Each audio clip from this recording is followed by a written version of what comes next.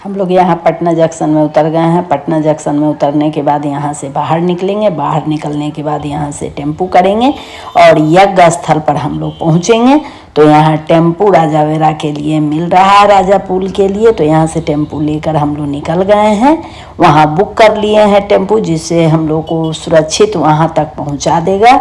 तो कार्यक्रम का जो समय है वो 5 बजे से स्टार्ट होने वाला है। तो हम लोग ट्रेन से 4:30 बजे उतर गए हैं। तो अब टेम्पू करके वहाँ पर यज्ञ स्थल पर पहुँचने के लिए जा रहे हैं। आपको वहाँ पहुँचने के बाद वहाँ का यज्ञ स्थल का जो भी प्रवचन होगा वो शाम के समय का वो हम आपसे शेयर करेंगे।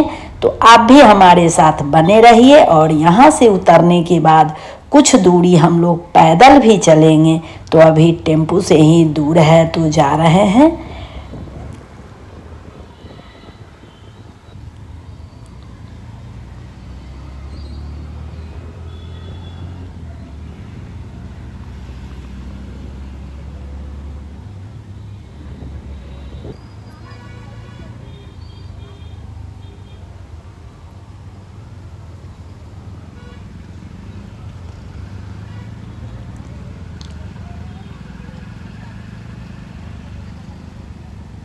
रोड पे जाम भी लगा होता है। रोड के साइड ही सब्जी लोग भी बेचते हैं, इसलिए ट्रैफिक भी जाम लगा रहता है। इसलिए जाने में थोड़ा टाइम लग जाता है वहाँ पहुँचने के लिए। तो अब हम लोग उतर गए हैं टेम्पू से और यहाँ से पैदल जा रहे हैं। देखिए लाइटिंग का कितना अच्छा व्यवस्था, वहाँ पूजा पंडाल जहाँ पूजा हो रहा है वहाँ कितना अच्छा लाइट का व्यवस्था किया गया है।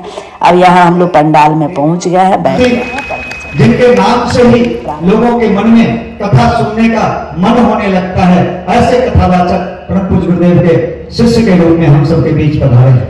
आप दिखने में सामान्य हो सकते हैं, लेकिन आपकी जो प्रतिभा है, आपकी जो क्षमता है, हम जैसे हजारों लाखों लोगों ने सुन के अपने जीवन को गुरुदेव के लिए कार्य करने के लिए हो जाता है और उसके मन में यह भाव जग जाता है कि हमें भी कुछ करना चाहिए, हमें भी कुछ घर अलग जगानी चाहिए। तो आप हमारे बीच पधारे हैं। आपके स्वागत के लिए हम निवेदन करेंगे कि हमारे शशांक जी और अन्य भाई आगे आपका स्वागत, राजीव जी, हमारे अरविंद जी या संयोजक, आपसे भी निवेदन करेंगे कि आप जल्दी से मंच पे आ जाएं।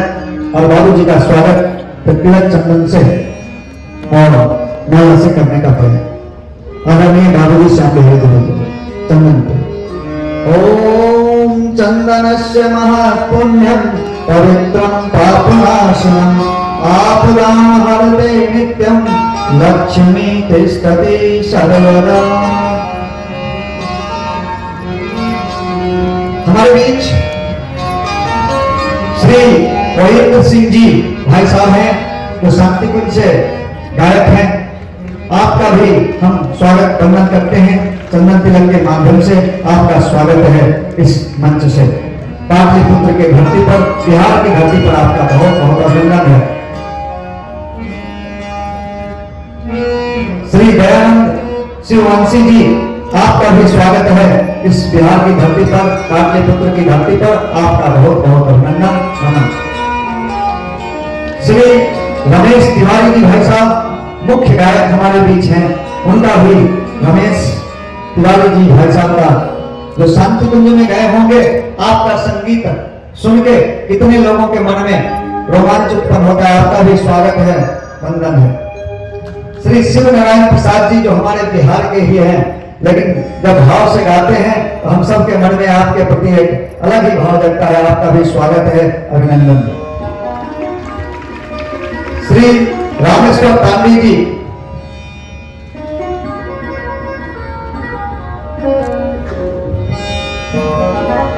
श्री गिरी जी तबला वादक, आपका भी स्वागत है, नमन है, वंदन है। तबला वादक भाई साहब यहाँ, अरविंद जी, उनका स्वागत। आगे बढ़ो। सोमेश्वर पांडे जी, रुद्रगिरी नाम जी, रुद्रगिरी जी भाई साहब। श्री त्रिभुवन जी का भी स्वागत है।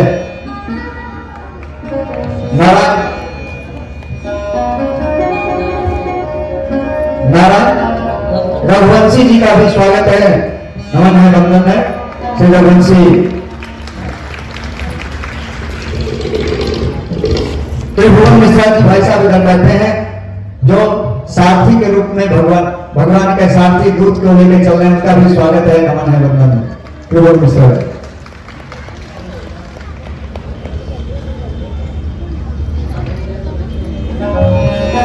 आज बाबूजी ने कहा कि प्रथम दिवस है, तो आज की कथा रामायण से ही बाबूजी पूरी रामायण की बात ही करेंगे। और बाबूजी का जो रामायण होता है वो इतना भक्तिमय और भावमय संगीत में होता है कि एक बार मन होता है कि फिर से वो सीन देखें रामायण वाला। तो आज बाबूजी रामायण पर भी अपनी कथा कहेंगे, हम सबको प्रेरणा देंगे। आदरणीय बाबूजी और अपनी कथा शुरू करेंगे। एक बार दोनों हाथ उठा करके जय घोष करेंगे, बोले परम पूज्य गुरुदेव की जय। आइए दूसरा गीत आप सुनेंगे जो परम पूज्य गुरुदेव ने उद्घोष किया कि कोई कुछ भी कहे, ये दुनिया बदल कर रहेगी, ये दुनिया बदल कर रहेगी, यह सत्य अटल है, यह दुनिया बदलेगी। आज नहीं तो कल यह दुनिया बोलिए, हाथ उठा करके बोलिए, बदलेगी। आज नहीं तो कल यह दुनिया बदलेगी। विश्वास कीजिए। आइए इस गीत को सुनिए।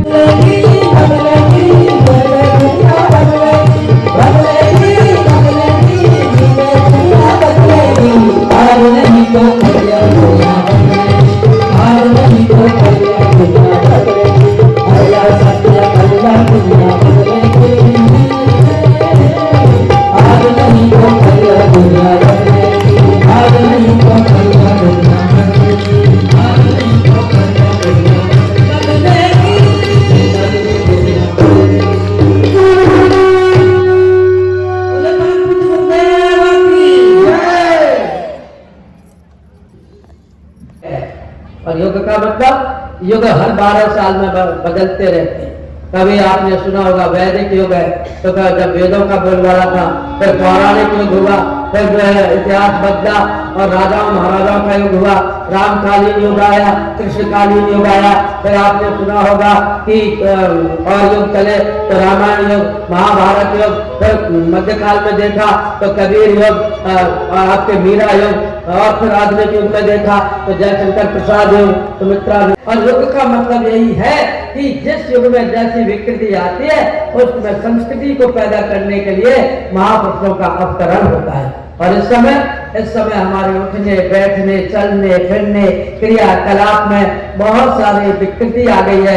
इसे युग का निर्माण मतलब अपने आचरण का निर्माण। और योजना कोई 1-2 दिन में पूरी नहीं हो जाती, योजनाएं वर्षों तक चलती हैं। और यह युग निर्माण योजना तो भगवती योजना है, यह तो दैवी योजना है, यह तो महाकाल की योजना है। जब तक देश का एक एक कोना नहीं सुधर जाएगा, जब तक संसार का एक एक व्यक्ति अपने जीवन से परिचित नहीं हो जाएगा, तब तक यह योजना चलती रहेगी। और ये कौन सी योजना है? ये नैतिक, सामाजिक और सांस्कृतिक जागरण की योजना है। नैतिक किसे कहते हैं? नैतिकता क्या है? जो हमको करना चाहिए वो हम करें, ये नैतिकता है। और जो नहीं करना चाहिए वह हम कर रहे हैं, यह अनैतिकता है। तो आज अनैतिकता का बोलबाला है। इसे परम पूज्य गुरुदेव नैतिक पुनरुत्थान कर देना चाहते। सामाजिक, आज सामाजिक विषमताएं आप लोगों से छिपी नहीं है और समाज विसंगतियों में डूबा हुआ है। गुरुदेव सामाजिक क्रांति कर देना चाहते हैं।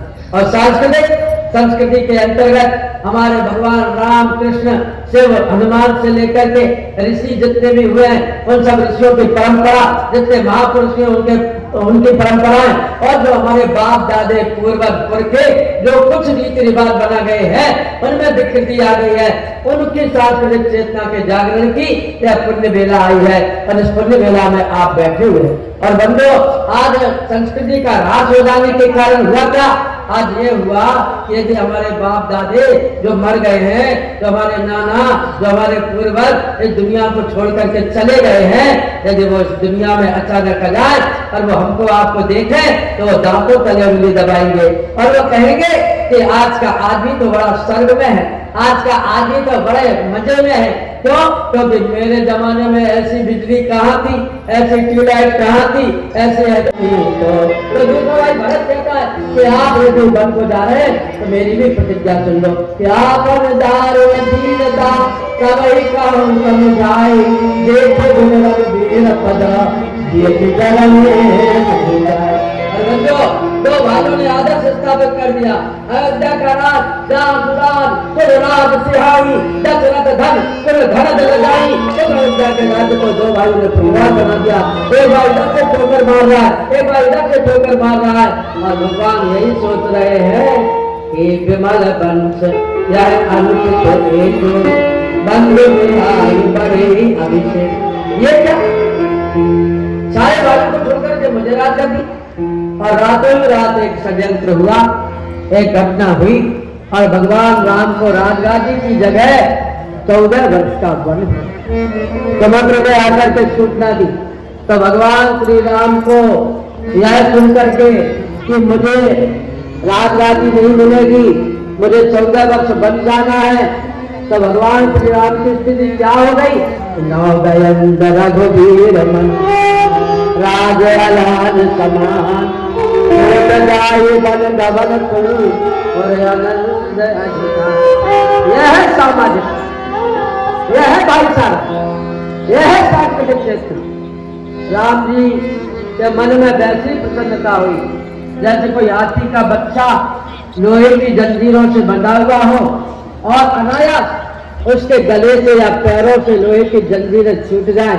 तो जो आनंद हाथी के बच्चे को होता है, वही आनंद भगवान श्री राम को हुआ ये सुन करके कि मुझे राजगादी नहीं, मुझे वन मिल रहा है। प्रसन्नता में गता विषय तथा न ममले वनवास दुखता। ये भगवान श्री राम का जीवन है। दूसरी बात ये भी है कि हाथ हिला करके ये कहते हैं कि ठीक है अभी आ गए लेकिन अब हम तुम्हारे कोई नहीं। तीसरी बात यह है कि केवल टाटा बाय बाय तक ही नहीं है, अब तो हलो हाय भी चल गए। कानपुर में मैं लाल परेड के आगे से जा रहा था, परेड से, तो वहाँ लड़कियों का कॉलेज था।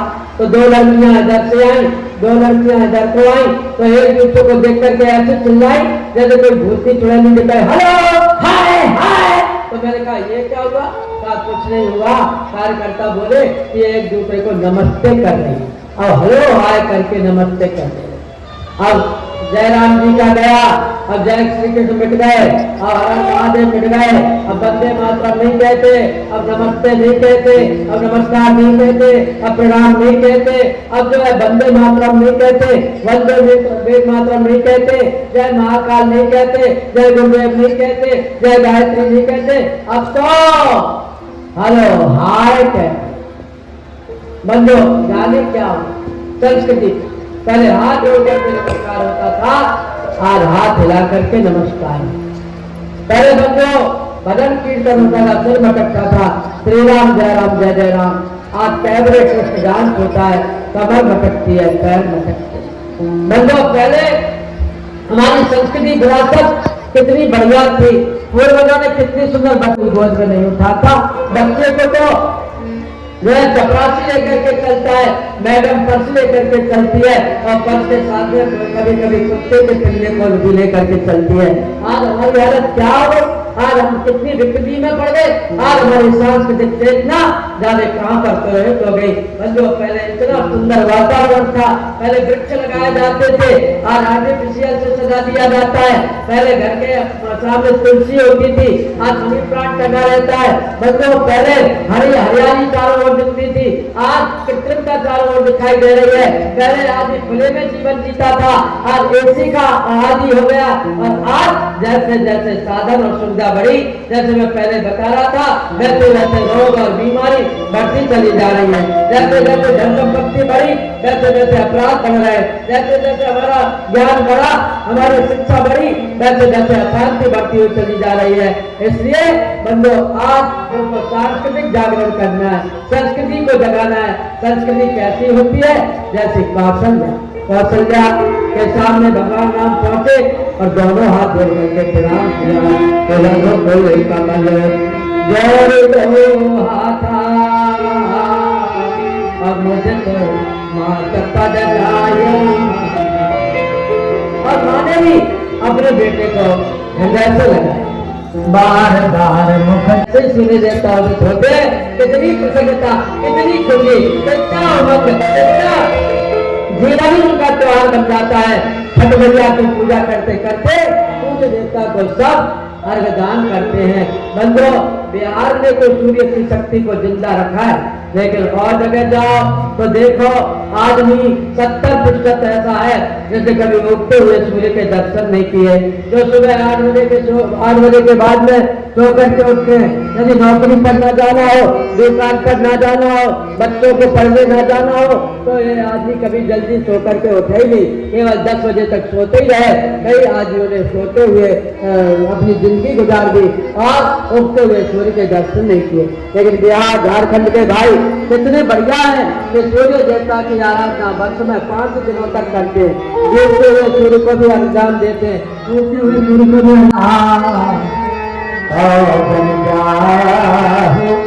जान बड़ी माता को बड़ा समझकर के तुम जंगल बचना। माता क्यों बनी? क्योंकि इसलिए बनी कि जब देवताओं ने निर्णय किया कि सबसे बड़ा देवता कौन, तो देवताओं ने सबसे पहला देवता किसको बताया? मातृ देवो भव, फिर दूसरे नंबर पर पितृ देवो भव, फिर तीसरे नंबर पर आचार्य देवो भव, फिर चौथे नंबर पर अतिथि देवो, पहले नंबर पर माँ देवता है, इसलिए जो केवल पितु आयतिता, जो केवल पितु आयतिता,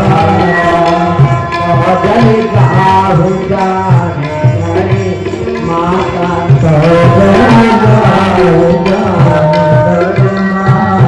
माता क्यों बड़ी है? क्योंकि किसी भी बच्चे को पैदा होते हुए देखना, कोई भी बच्चा जब पैदा होता है तो पापा पापा पापा ऐसे करके नहीं रोता, बल्कि वाह वाह वाह ऐसे करके रोता, क्योंकि वो बोल नहीं पाता, माँ माँ माँ कहता है। इसलिए सबसे पहले वो माता को पुकारता, इसलिए जो केवल पितु आयतिता, जो केवल पितु आयतिता, जन जाहु जान बड़ी माता, और जितने भी महत्वपूर्ण संबोधन है उसके बाद में माँ बोला, परमात्मा, देवात्मा, महात्मा, जीवात्मा, आत्मा, माँ सबने जुड़ा। इसलिए जो केवल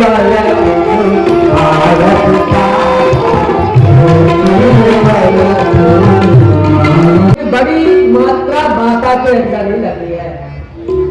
माता 4 मात्राएं, पिता 3 मात्राएं, पति 2 अक्षर, पत्नी 1 मात्रा ज्यादा है, भर्ता 3 अक्षर है, भाया 4 अक्षर है, अब भाई 2 अक्षर है, बहन 3 अक्षर है। देखो एक चरण नारी का आगे वो कौन सा? गृह लक्ष्मी का। अगर कोई आदमी बाहर गया हो तो कोई भी नहीं कहेगा दोस्त आकर के कि भाभी जी हमारे गृह विष्णु कहाँ गए। लेकिन अगर कोई नारी घर से बाहर मायके गई हो और कोई दोस्त आए तो दोस्त से यही पूछेगा यार तुम्हारी गृह लक्ष्मी दिखाई नहीं देगी। तो जो नारी है वो गृह लक्ष्मी है और गृह लक्ष्मी की पदवी सबसे ऊंची है। जो केवल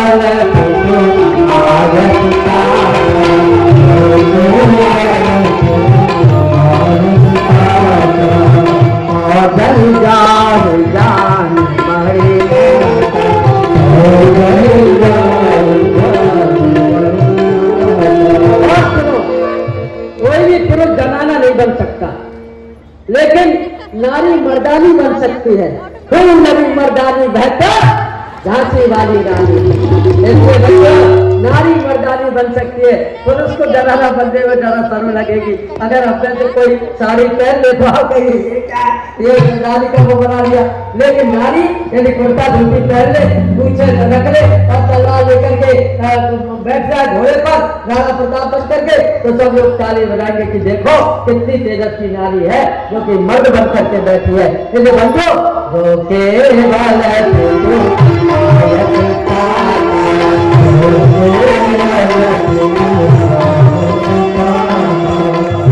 जाने जान बड़ी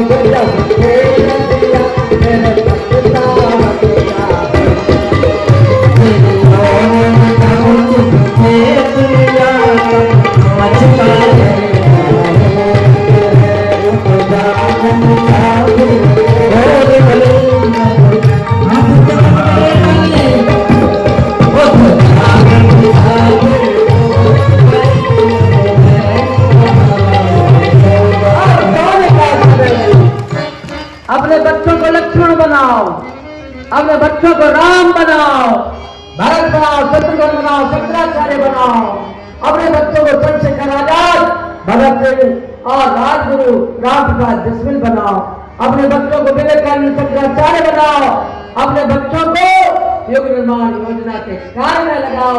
सुमित्रा यही कहती है, बेटे तुम विकारों में मत जाना और तुम राम जी के साथ में जाना। और विक्रमी कैसी होती है? जैसे कौशल्या, कौशल्या ने क्या, विक्रमी कैसी होती है?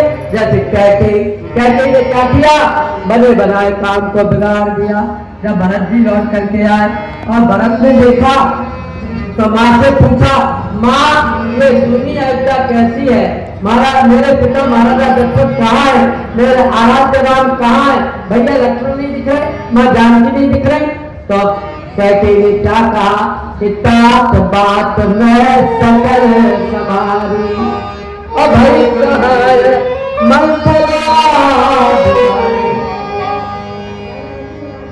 बेटे जो भी बात थी वो मैंने संभाल ली और मेरी सहाय मंत्रा बनी। कौशल्या कुशल प्रवृत्ति है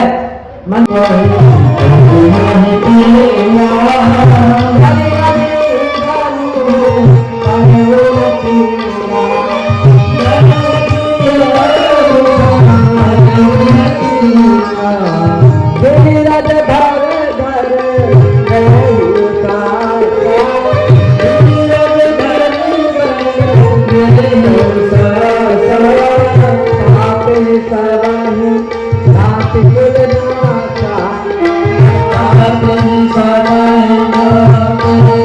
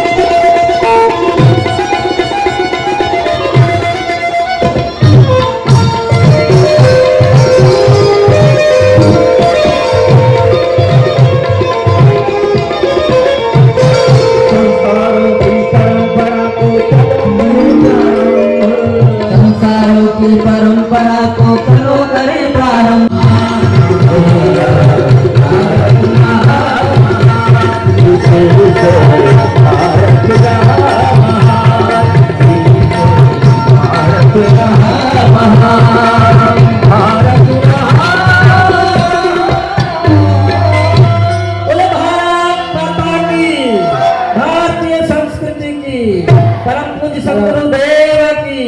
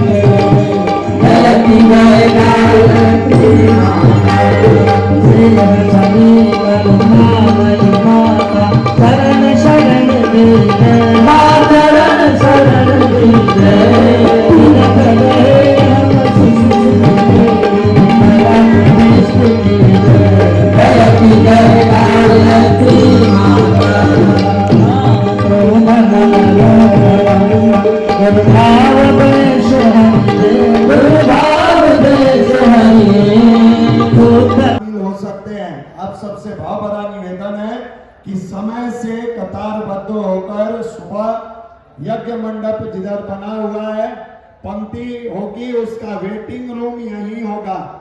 आप यहाँ से वेटिंग हॉल से निकल के यज्ञशाला में जाएंगे तो जो भाई बहन हमारे यज्ञ करना चाहते हैं, जहाँ दूर दूर तक आवाज जा रही है, आप सबसे भाव भरा निवेदन है कि कल सुबह में यज्ञ 7 बजे से प्रारंभ होगी। सभी लोग उसमें जरूर अवश्य शामिल होंगे। संध्याकालीन पुनः प्रवचन स्थल से निकलकर हम लोग भोजनालय पंडाल में पहुंच गए हैं। यहाँ पर हम लोग सभी लोग जो भी आए हैं वो लोग रुके हैं और अनदर जो नहीं भी रुके हैं वो लोग लाइन से लगाकर यहाँ भोजनालय में आएंगे और एक एक करके एकत्रित होकर पहुँचेंगे और भोजन लेकर भोजन करेंगे। यहाँ भोजन का व्यवस्था है, जो साइड में भोजन बन रहा है।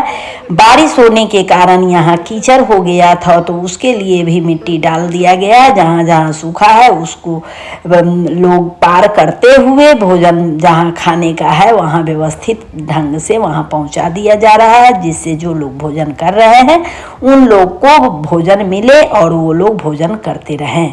तो यहाँ सजावट भी बहुत अच्छा से भोजनालय के पंडाल को भी किया गया है गेट के पास और बहुत सुंदर भव्य, देखने में भी अच्छा लग रहा है। तो आप सभी लोग यहाँ हम लोग को रुकने का व्यवस्था आवास ब्लॉक बी में हम रुके हुए हैं। तो यहाँ पंडाल जो है वो भी बहुत ध्यान, जो लोग कलश यात्रा से पहले आए थे वो कलश यात्रा और एक दिन का हवन, शाम का प्रवचन देखने के बाद भोजन करने के बाद वो लोग यहाँ से प्रस्थान कर रहे हैं और नए लोग भी आते जा रहे हैं, जाने वाले लोग जा भी रहे हैं और आने वाले आ भी रहे हैं। यहाँ का माहौल जो है वो बहुत ही अच्छा, भव्य और देखने लायक बना हुआ है। रहने सहने सभी चीज का व्यवस्था जो है सुव्यवस्थित ढंग से सभी का किया गया है। जो लोग है वो ऊपर में भी व्यवस्था बेड दिया गया है और नीचे में भी